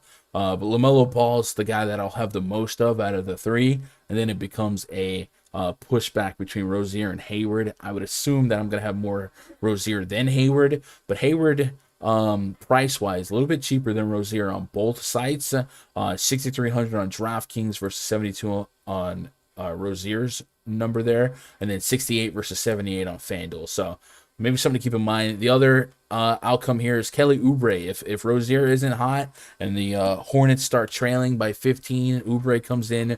Oubre's their bench sniper. You might get double-digit 3-point attempts out of him, 10, 13, 8, and we've seen games for him to go bonkers. 25, 30 real points is not an unrealistic game script here. You know what I'm saying? If they trail long enough, strong enough. So 5,400, you don't feel like you're getting a great bargain, but 30 plus fantasy points in 3 games straight. I think he would make the player pool as well. Hornets are the Hornets, right? I think the other talking point, I guess, would be PJ Washington. I never really have the warm and fuzzies on PJ. It was a little weird that they benched him that second start without Mason Plumlee. Does he get back to the starting lineup here? I don't know. Is it better for him to be on the second unit with Ubray? Can we correlate that? Maybe 32, 35 minutes his last 2 games. The peripherals really haven't been there. I think PJ is scary to think of if he's going to be scoring dependent. But with this pace up spot, I think he'll be in the pool for me, but I'll just set a low ceiling on him. And then on the Bucks side, everyone's in play for me. I don't think there's a bad projection for any of these starters. Maybe you want a little bit more meat on the bone for a projection on Drew Holiday on a 9-game slate. Probably want 40 plus to feel like you're live in tournaments. And then Bobby Portis, 65 on Fanduel, 68 on DK. I like that he's power forward eligible. I love the matchup a ton. Centers against the Hornets have been really, really good. But what do we think DeMarcus Cousins' first game rotation is going to look like? Do we think he is an active guy in game one? I put 7 minutes on him to be a little bit conservative here. I think that's a good get your feet wet type of a projection here. Maybe that prevents Bobby Portis from like a 34-minute game, 35-minute game, and then maybe we just live with Bobby Portis at 27. It's 27 minutes against the Charlotte Hornets, enough to be live. 26 in a blowout last game, 28 in a little lopsided, but not a ton. He's still a point per minute guy, and it's still a nut matchup. But I do wonder if there's an adverse effect to be appreciative of for the Portis projection. And then Giannis Antetokounmpo, just a big spot for him. So I'm with Giannis here. Do you guys have a ranking of the Bucks? Because Giannis is the obvious one. I think Portis is the guy points per dollar versus the matchup where he's not scoring dependent. At least on FanDuel, I could put that in a power forward spot. Do you guys feel like you're getting to Chris Middleton or Drew Holiday, or are you not getting to them and feel like that worries you because it is the Charlotte Hornets? I'm curious to see if that's the wedge to drive into this to this slate. And then Grayson Allen is probably somebody that projects extremely well at 4,400 in this matchup. I got him for about 25 fantasy points on both sites. Do I take that 25, hope for 30 plus as a potential value here? Maybe that's how we stockpile our big centers on this slate, is use some of these guard values. I think Grayson Allen could maybe be that guy. But I don't know. What are you thinking, chat? This is definitely a community game because I would like to see several different perspectives on how to approach this one, because our rule all year has been find Hornets, target Hornets, cash. But the Bucks make it a little bit trickier than usual. Catching up on chat while you guys get that. Lorenzo says, I love stacking against the Hornets. The Hornets game is like Coors Field, stack the game. I'm with that. Giannis is going to drop 60 and 3/4. Yeah, I think because the Hornets are who they are, yeah, I would be a little less skittish or tentative to overthink blowouts and potential lack of big minutes for Giannis. And Giannis has been a guy that has shown 60 plus fantasy point potential even in 3/4, and this matchup even more so. So I think that's even more so fair today than ever before. Alex says, I'm going to the Bucks game tonight, stacking it with all the value. Let's go, baby. I like that. That looks like a fun game to be at. Could be one of the highest scoring games on the season. Maybe the Rockets Hornets game will hold strong here, but I think this has a chance. Mark K, big blow for the Heat losing Bam. It is a big blow. 6 weeks though, he could be back in time. I think the Heat are good enough in the Eastern Conference to hang on to a playoff spot, and they'll survive, right? Nova Scotia says, when 100K while at the game, run onto the court thinking you're the man, then realize the guy sitting at the end of the bench is still 1,000 times richer than you. Oh no. Win 100K and then get stat corrected to like 6th place for 1,000. Robert says, interesting stat. Opponents versus the Bucks are only hitting 31.7% of threes. Bottom 3 in the league. Interesting. I wonder if that's what's the word I'm looking for? Let's see. I have threes per game allowed. So Milwaukee's still about top 10, but I wonder if that's a I don't know. I wonder, just thinking about who they played, I wonder if that just means people are shooting poorly, or if it's a little bit of Drew Holiday defense, Grayson Allen, a little scrappy, it's a little bit of everything. But they're still forcing teams to take the shots, right? But that is an interesting stat. You guys know DFS has changed my life for the better. Bought a house this year. Need a new Dodge Challenger. Life is great. No longer have neighbors above or below. Let's go, Mark. That's the dream. Yeah, I do remember when you hit, man. That's awesome. Peace is priceless. I agree. Love Allen, Drew, and Giannis. Always love to play Giannis at home. I like that. Hill is back playing 25 minutes at 3,400 on DK with value sharks. George Hill. I put 28 on George Hill. It did spit back 20. It's the matchup, right? The matchup is the matchup. So maybe not the craziest shot at value considering what we know the Hornets can be. I hate that there's Grayson Allen, Pat Connaughton, George. Like, I hate that there's all those guys that could kind of dig. Even Rodney Hood, right? I like it better when one of those guys are out. Jordan Nwora has a Q tag on him. Probably not significant enough to look at, but I don't know, something to keep an eye on. I had him for 4 minutes. It's not nothing. They played nobody last 10 games. So that's, yeah, and that's what I mean. Like, every stat needs context. DVP, defensive numbers. You know what I'm saying? Like, Davion Mitchell, the first week of the season, you thought he was the second coming of Tony Allen, and then, we're starting to see some guards get off against him, so it is what it is. Larry has mispriced on DK. Yep, Quan, my boys. Boom, boom, boom, boom, boom. Bucks haven't played any shooters. Yeah, and as bad as the Hornets have been on defense, they are really talented offensively, and that's evident in their offensive efficiency. Guys, we're at 174 of the realest DFS OGs and all of YouTube hanging out, man. I appreciate that. 79 likes. Can we get a big like push? If you guys haven't hit that thumbs up yet, hit it. And let's see if we can get over 100 in like a matter of minutes. Just that wave of likes. And I guess we can give away another week pass. How's the subs on this stream? If you guys haven't subbed, we do have a goal of getting to 6,000 subs by January 1st, and that's a lofty goal. Right now we're at 5,644, so we would need over 350 new subs, right?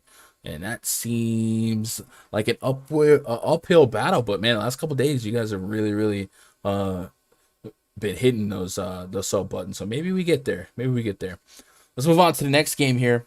Houston Rockets at the Oklahoma City Thunder. Project 35 for the Rockets. Kevin Porter Jr., Eric Gordon, Garrison Matthews, Jayshawn Tate, Christian Wood taking on SGA, not Josh Giddey, Lou Dort, Darius Baisley, Jeremiah Robinson Earl. Trey Mann looks like the next man up. I got him for 28 minutes. Ty Jerome's also somebody that we've seen in the last couple of years, maybe fill a role here. But I guess Trey Mann's the most intriguing name based on the absence of Giddey. So let's go check out the rotations here, kind of see how involved Trey Mann has been. It's gonna sound like a dumb question. I feel like I should know this, but I'm assuming Trey Mann probably related to Terrence Mann of the Clippers. This seems like an uncommon name to make it to the league. So if he's anything like his brother, that may or may not be his brother, he could fill the stat sheet here. So let's go pull up OKC. And actually, let's look at minute rotations. OKC. Gun always wins. Sometimes. Dude, oh man, I love the community. Last game, Rockets took it to the Thunder, but we got a lot of fantasy goodness out of it. Nope, not related. Oh, wow. Well, look at me being presumptive. You know what happens when you assume? Big question. How do you stay above 300 fantasy points? I've been under 279 for the past week. I mean, so every night at the end of a slate, dude, I think is AMF down right now? Every night at the end of the slate, I would say you should reverse engineer your lineups, and if you're new, decide on maybe what happened for your lineups to fail and what happened for them to succeed. Both ways. Like, even if you did good, did you get lucky? Did somebody get hurt? Did another game go to OT? Was somebody high owned and you just took that bold stand and he got there? Something like that. Do that, but also what I do when I'm mass centering is I look at the first place lineup, the top 10 lineups. Was anybody in those lineups that I had none of? Usually, if the top lineup was it was a lineup constructed of guys that I had on in my player pool, I don't feel too bad. But yeah, there's not like a secret trick to be above 300 points every night. You just gotta play the plays, but also have a strong process on how to get to those plays, and hopefully, if you're new, hopefully you'll get better as you go. That's the natural progression, right? Josh says, I thought the same thing the other day, and I looked it up earlier this week. That's Man's a pretty common last name. I didn't mean like, what did I say? I didn't mean like uncommon like in the world. I just meant like I don't see it that often in the NBA, right? SGA with no Giddy, this should surely have to go up. Yeah, I would love to look that up right now, but it's looking like AMF might be down. Who else can we use for on-off court tool? Is Labs still a free court tool? I don't know. I like to get you guys an aesthetic. Obviously, it's natural to assume that SGA, Lou Dort would have big usage bumps in the absence of Josh Giddey. So I'm looking at NBA. Let's go on Labs. Is this free? Bring it to the main site. I think it is. All right, we'll use Labs for now. Sometimes sites go down. It happens. Or maybe today's... we don't need the projection. All right, so let's go to the Oklahoma City Thunder. And then is the Popcorn Machine still a website? Is it just called popcornmachine.net, right? And maybe we'll use that too. Basically, I want to see how involved we can expect Trey Mann to be. So let's go to game flow, that last game.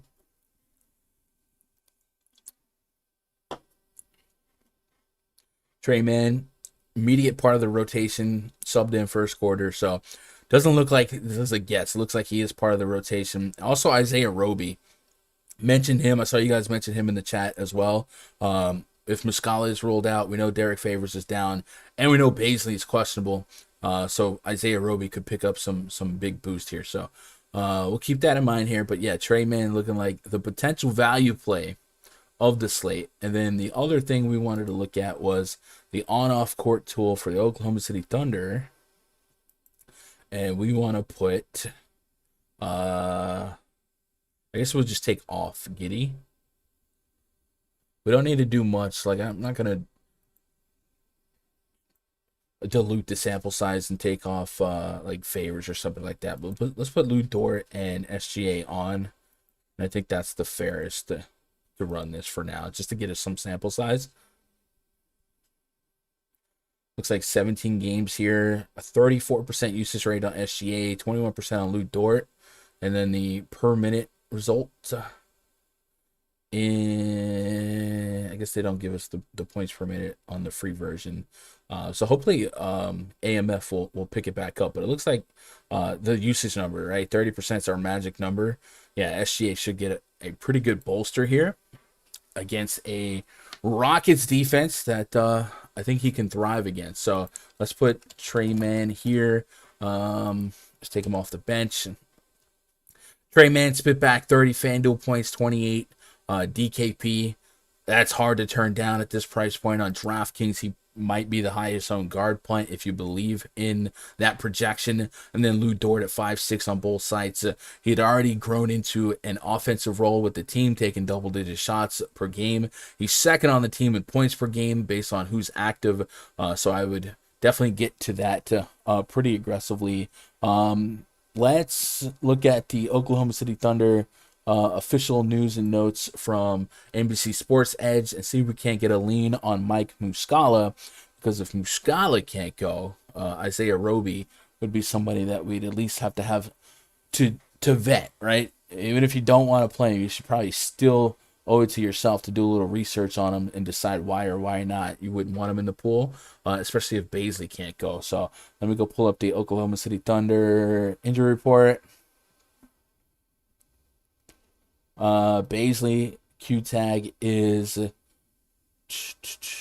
with a left elbow soreness. Kenrich Williams, we already had, is out. Derek Favors down. Mike Muscala dealing with right ankle soreness. And I don't think Muscala got ruled out of that last game until it had already started. So we should be able to beef up, prop up a good minute projection on Jeremiah Robinson Earl, 4,400 on DK. If you think point per minute is viable in this spot, I think so too. Rockets bleed fantasy points to every position. And then the Thunder, I guess they become quasi-stackable, right? Only one player above 8K, everybody else in the 5Ks or less. Yeah, it's definitely a team that could supply us with some value here.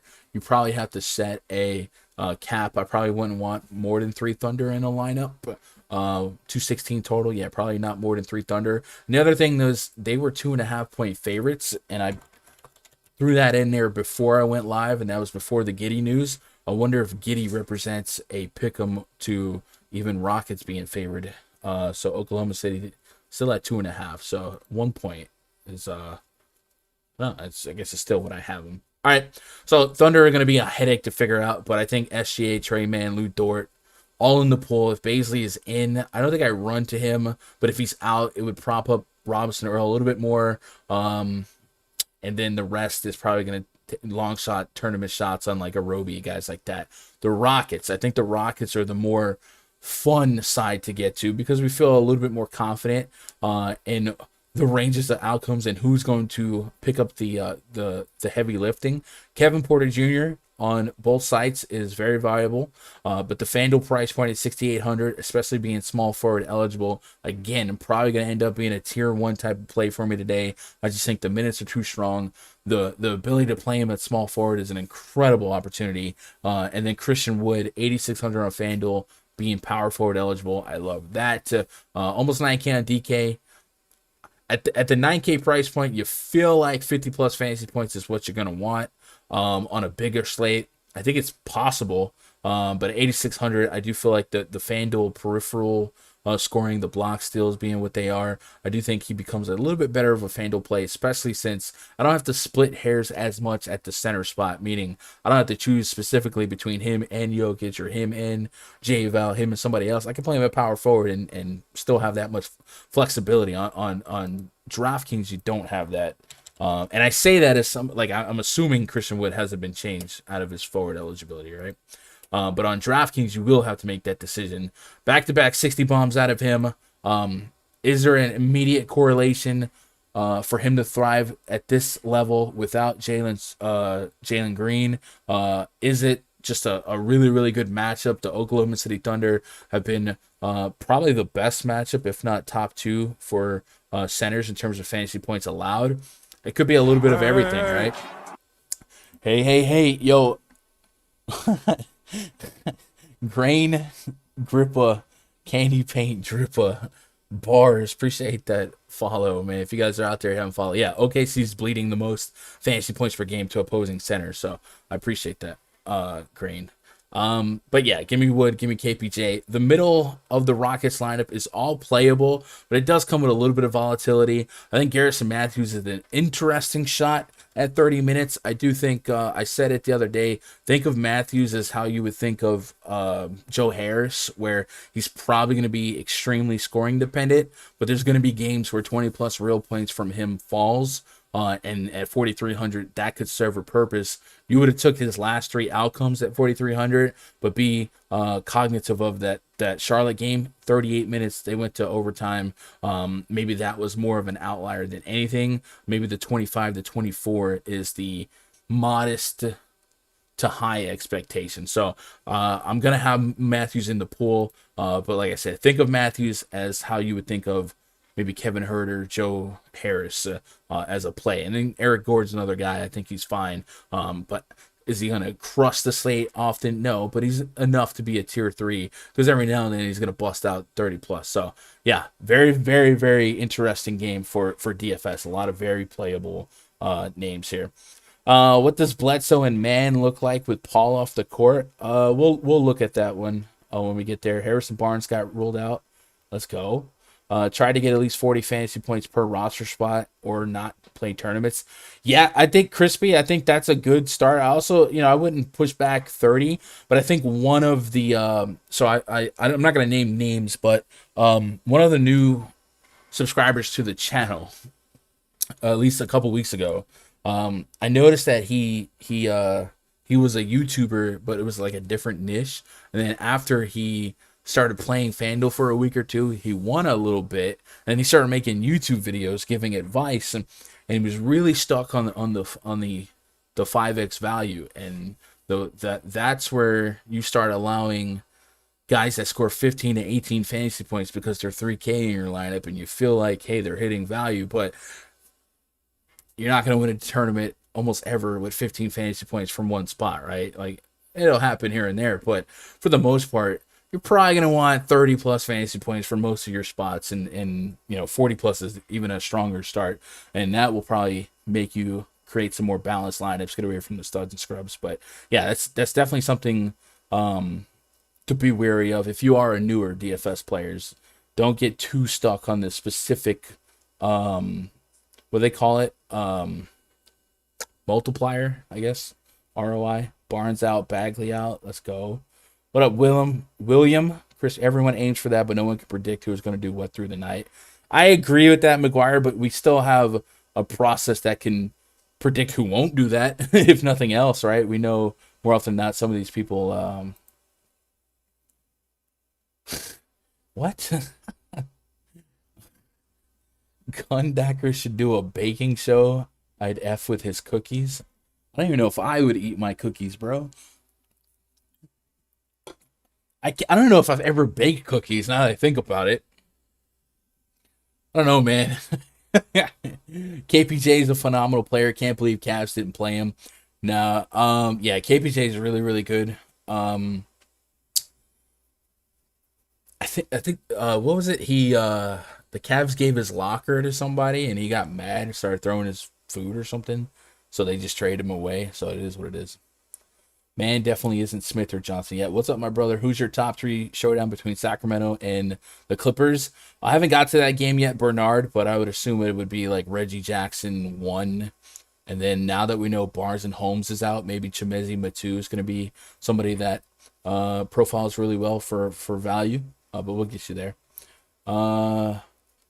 Wagner night, I'm with that. All right, let's move on to the next game. Actually, it's the last game, so we need to get out of here rather quickly.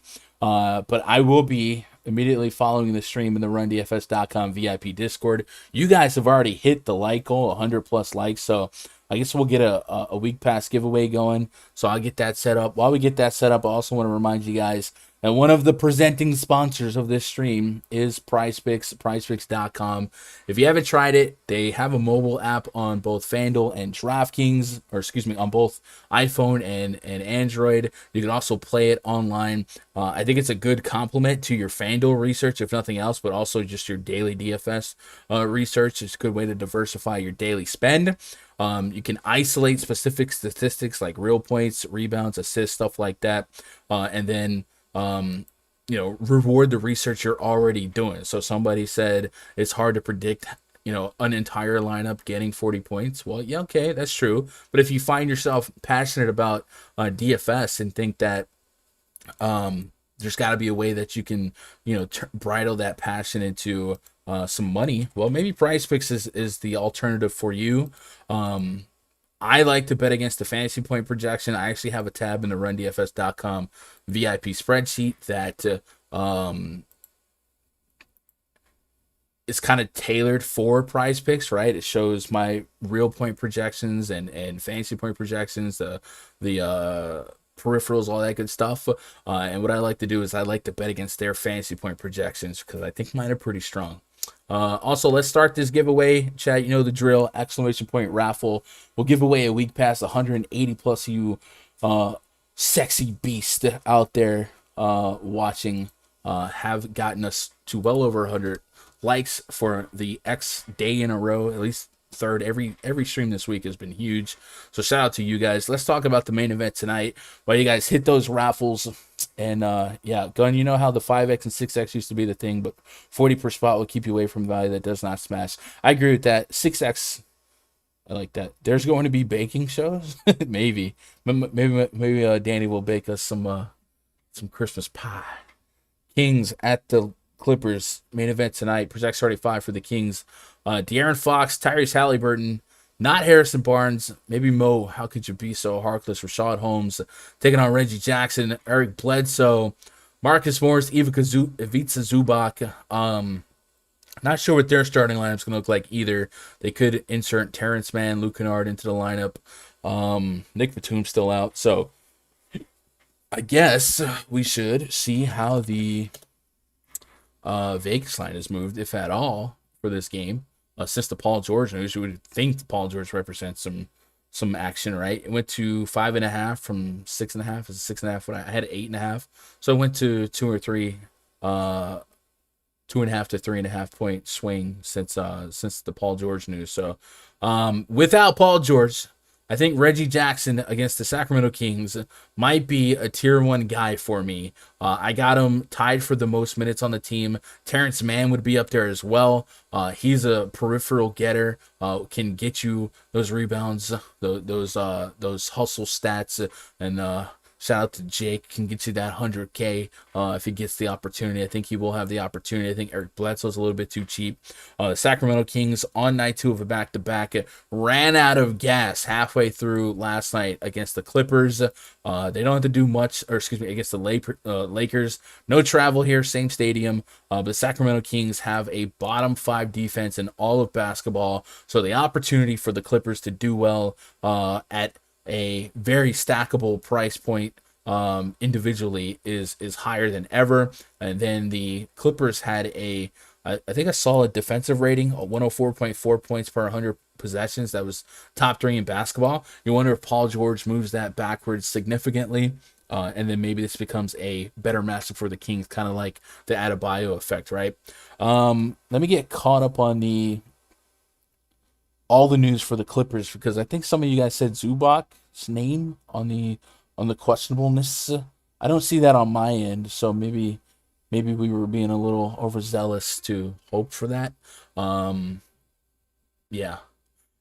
So if I guess with Paul George down, I got the minutes going to Mann, Luke Kennard. Those would be the main guys I think benefit here. And then Reggie Jackson, I think, could get to 40-plus fantasy points. On the Kings side, last night, the best Kings to play were Chimezi Metu, which I guess I'll put him here.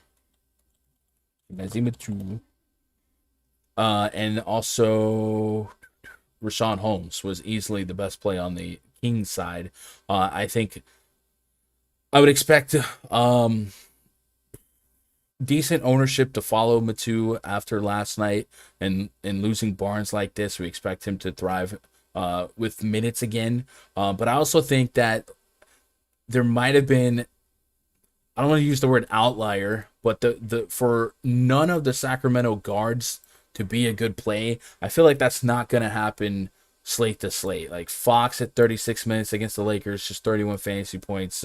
Halliburton, same deep minutes for him, just 24. Buddy Hield, deep minutes for him, 32, just 15. How often is one of those 3 guys and with a team that's this short not going to be really solid plays? And if their lack of success, did it come at the expense of Richaun Holmes' success? Is that going to be a sustainable figure for him? I love Richaun Holmes' points per minute. Just as a player, he's been one of my favorite plays the last couple of years. But I don't know. I just feel like we can't forget that the 3 guards for the Sacramento Kings will likely thrive here. And also, Richaun Holmes shot 12 of 13. It was a really, really good matchup. If we look at that team metrics chart in the RunDFS.com NBA VIP spreadsheet, the Lakers actually allow the 2nd most points in the paint per game. Sacramento, the only team allowing more, and we saw Dwight Howard have a little bit of fun at that expense. So the points in the paint matchup goes from, the best that Sacramento could play to the Clippers, who are still top 10, but not nearly as bad as the Lakers. What the heck? Are you talking to me?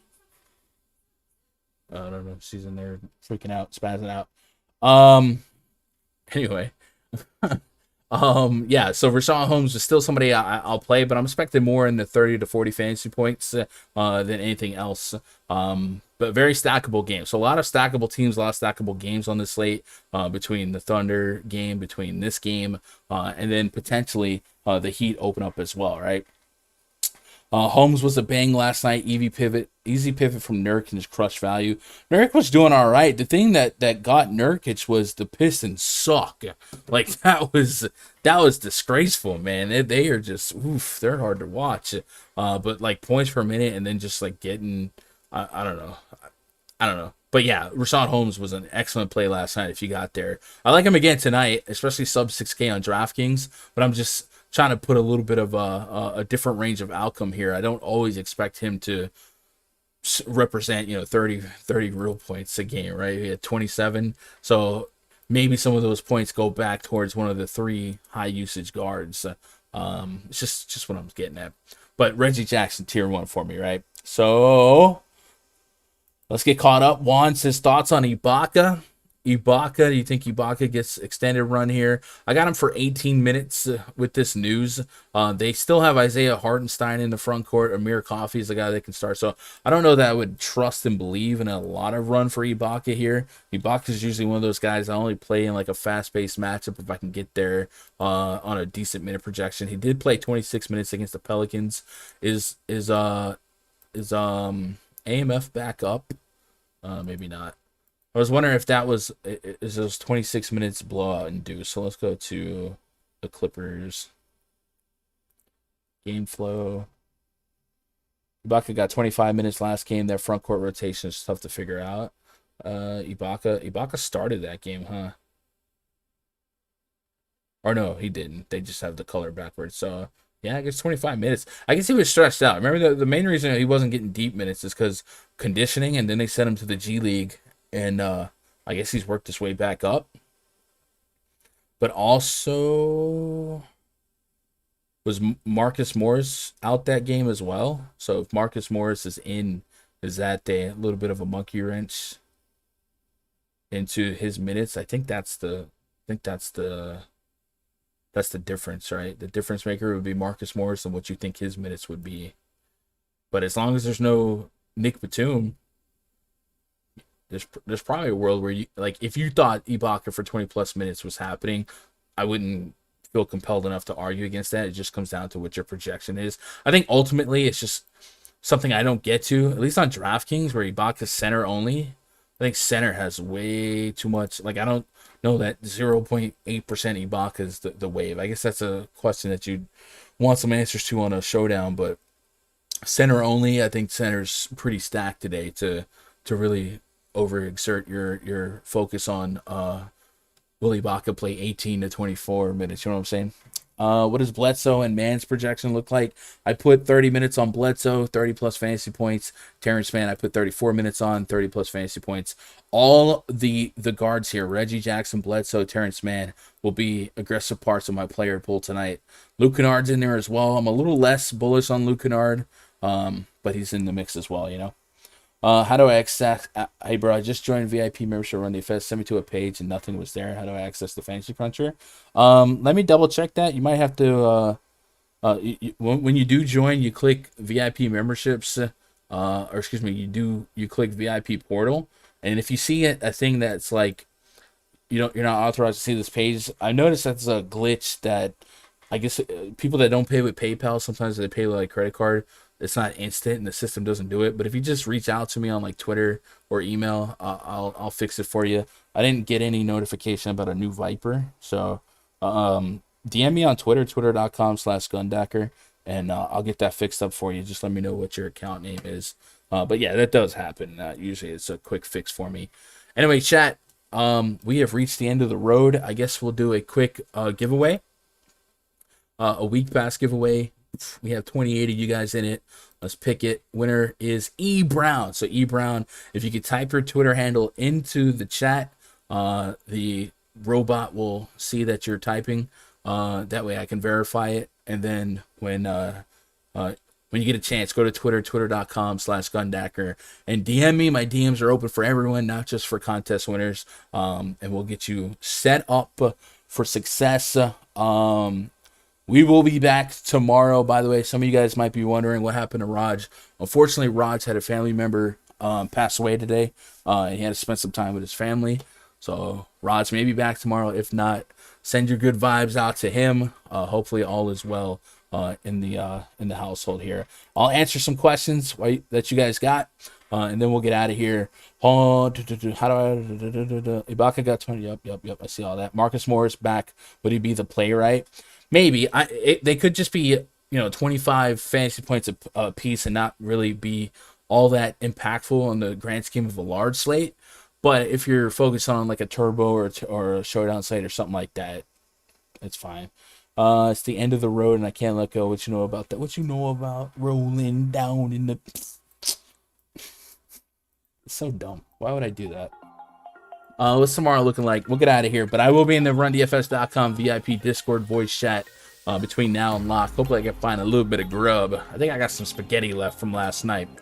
Why did I just do that? NBA schedule. I think tomorrow's on the big slate. I think I looked at the slate all week. I think we had decent slates every day. So 3 p.m. Eastern, 2 p.m. Central. Definitely the mark. Tomorrow, late lock, 5 games.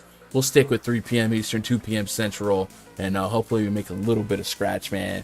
I love you guys. I appreciate you making part of my day. Be part of your day. I'll see you tomorrow or in the Discord or on Twitter. Good luck. God bless. Go win some money.